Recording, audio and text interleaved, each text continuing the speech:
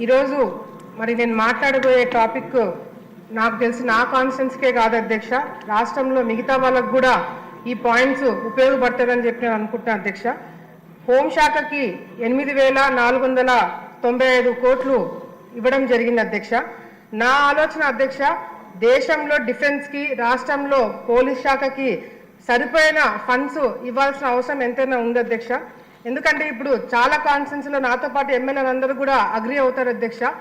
సరైన వెహికల్స్ లేవు, ఆ వెహికల్స్కి పోలీస్ డిపార్ట్మెంట్ వెహికల్స్ రిపేర్లు వచ్చినా కూడా లేకపోతే డీజిల్ పెట్రోల్ ఖర్చులకు కూడా అధ్యక్ష వేరే వాళ్ళని అడిగే పరిస్థితికి పోలీస్ డిపార్ట్మెంట్ వాళ్ళు రాకూడదని చెప్పి నమ్ముతున్నాం అధ్యక్ష.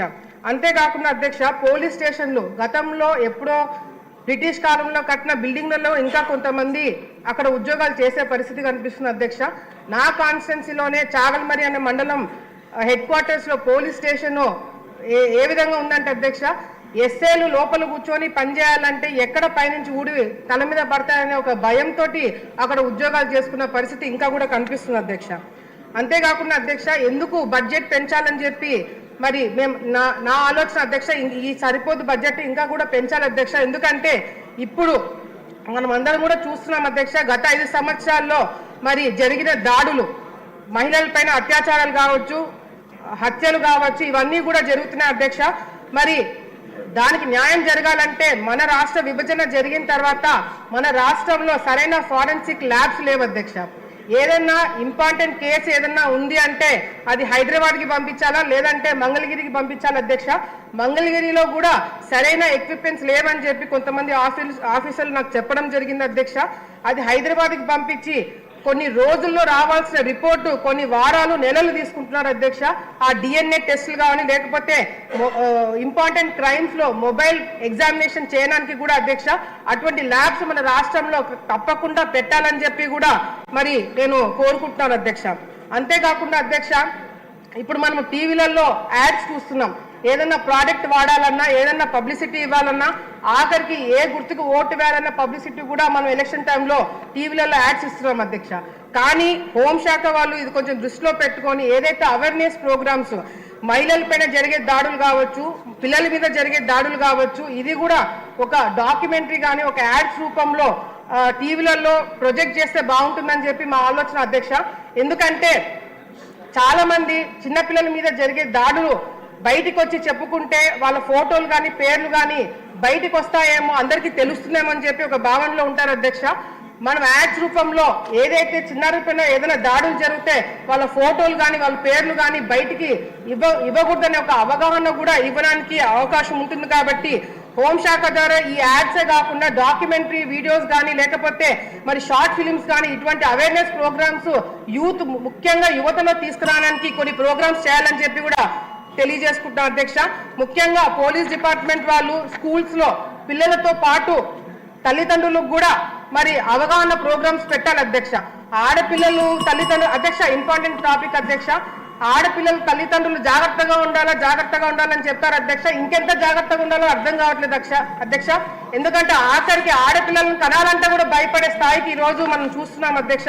సో ఈ అవేర్నెస్ ప్రోగ్రామ్స్ అనేది యువతతో పాటు తల్లిదండ్రులకు కూడా ఇవ్వాలని చెప్పి కూడా సందర్భంగా తెలియజేసుకుంటూ మరి డిజాస్టర్ మేనేజ్మెంట్ కింద దానికి కూడా చాలా చాలా ఇంపార్టెంట్ అధ్యక్ష. ఏదైనా వరదలు వచ్చినప్పుడు కానీ లేకపోతే మా ఏరియాలో చాలా మంది పిల్లలు కాలువలో పడి చనిపోయిన వాళ్ళు చాలా మంది ఉన్నారు అధ్యక్ష. సరైన స్విమ్మర్స్ ఎక్విప్మెంట్ లేక చాలా మంది కాపాడలేని పరిస్థితి కూడా రాష్ట్రంలో చూసాం. కాబట్టి డిజాస్టర్ మేనేజ్మెంట్ కూడా ఫండ్స్ ఇవ్వాలి అధ్యక్ష. మరి సీసీ కెమెరాస్ మెయింటెనెన్స్ జైల్స్ కి వాటికి కూడా ఎక్కువ డబ్బులు కేటాయించాలని చెప్పి కూడా కోరుకుంటున్నాను అధ్యక్ష. అరవింద్ బాబు గారు, నరసరావుపేట. అధ్యక్ష ధన్యవాదాలు. ఎండోమెంట్ బిల్ మీద మాట్లాడుతున్నా అధ్యక్ష. ఎండోమెంట్ బిల్లు దాదాపు 234 కోట్లు శాంక్షన్ చేయడం జరిగింది అధ్యక్ష. ముఖ్యంగా రాబోయే కాలంలో ఎండోమెంట్ బిల్ ఇంకా పెంచాల్సిన అవకాశం ఉంది అధ్యక్ష. మరి ఫిబ్రవరి 26న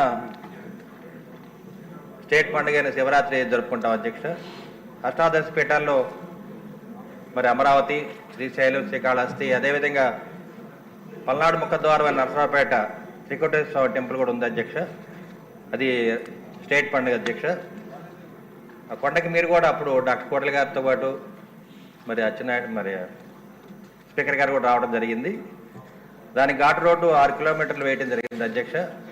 అదేవిధంగా డాక్టర్ కోటల గారి కళ, అదేవిధంగా పల్నాడు వాసుల యొక్క కళ కూడా ఆ కోటప్ప కొండకి రోపే వేయాలి అధ్యక్ష.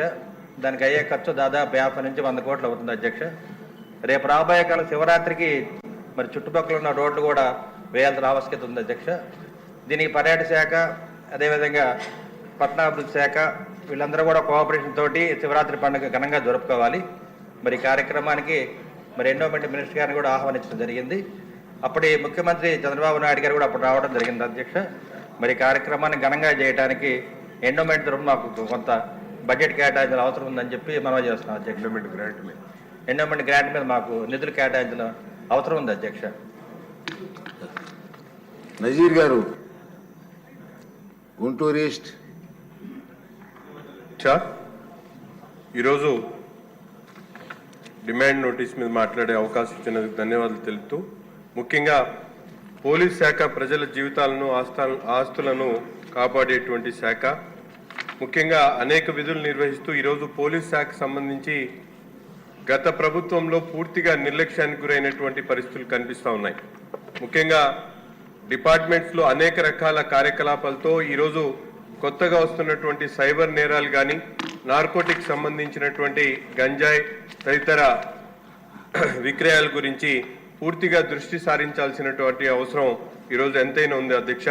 దీనికి హోంమంత్రి శాఖకు అలాగే ప్రభుత్వానికి కూడా విన్నవిస్తా ఉన్నాం. ఈ 2 శాఖలకు సంబంధించి సైబర్ క్రైమ్స్ కానీ, అలాగే ఆర్థిక లావాదేవీలు జరిగేటువంటి నేరాల మీద, నార్కోటిక్స్ మీద ప్రత్యేకమైనటువంటి దృష్టి సారించేటువంటి విధంగా పోలీస్ శాఖ పూర్తిగా దాని మీద నిధులు విడుదల చేసి అవసరమైనటువంటి విధులను కూడా ఏర్పాటు చేయాల్సినటువంటి బాధ్యత ఈరోజు పోలీస్ శాఖ మీద ఉంది. అంతేకాకుండా గత ప్రభుత్వంలో ఒక్క స్టేషన్ కూడా నిర్మించకపోవడం చాలా బాధాకరం. ఈరోజు కొత్తగా గుంటూరు తూర్పు నియోజకవర్గంలో కొత్తపేట పోలీస్ స్టేషన్ 2016లో ఆ పోలీస్ స్టేషన్ ని డెమాలిష్ చేయడం జరిగింది. కానీ ఇప్పటి వరకు ఒక ఇటుకరాయి కూడా గత ప్రభుత్వంలో పేర్చలేకపోయారు. ఈ రోజు ఈ సభ ద్వారా గౌరవ హోంమంత్రి గారికి అలాగే ముఖ్యమంత్రి గారికి వెంటనే కొత్తపేట పోలీస్ స్టేషన్ నిర్మాణాన్ని చేపట్టాలని, మన ప్రభుత్వంలో 2014-19లో గుంటూరు తూర్పు నియోజకవర్గంలో 3 స్టేషన్లను కొత్తగా నిర్మించి మోడల్ పోలీస్ స్టేషన్లో గౌరవ ముఖ్యమంత్రి గారు రోజు ఏర్పాటు చేయడం జరిగింది. కానీ దురదృష్టం అధ్యక్ష, 5 సంవత్సరాల్లో ఒక్క స్టేషన్ కూడా నిర్మించకపోగా ఉన్నటువంటి స్టేషన్లో కనీస అవసరాలు తీర్చేటువంటి విధంగా కూడా గత ప్రభుత్వం చేయలేనటువంటి పరిస్థితులు. ముఖ్యంగా స్టేషనరీకి సంబంధించి స్టేషన్లో ఏదైనా అన్ఐడెంటిఫైడ్ డెడ్ బాడీ వచ్చినప్పుడు దానికి అయ్యేటువంటి ఖర్చులు కూడా గత ప్రభుత్వంలో ఇవ్వలేకపోవడం.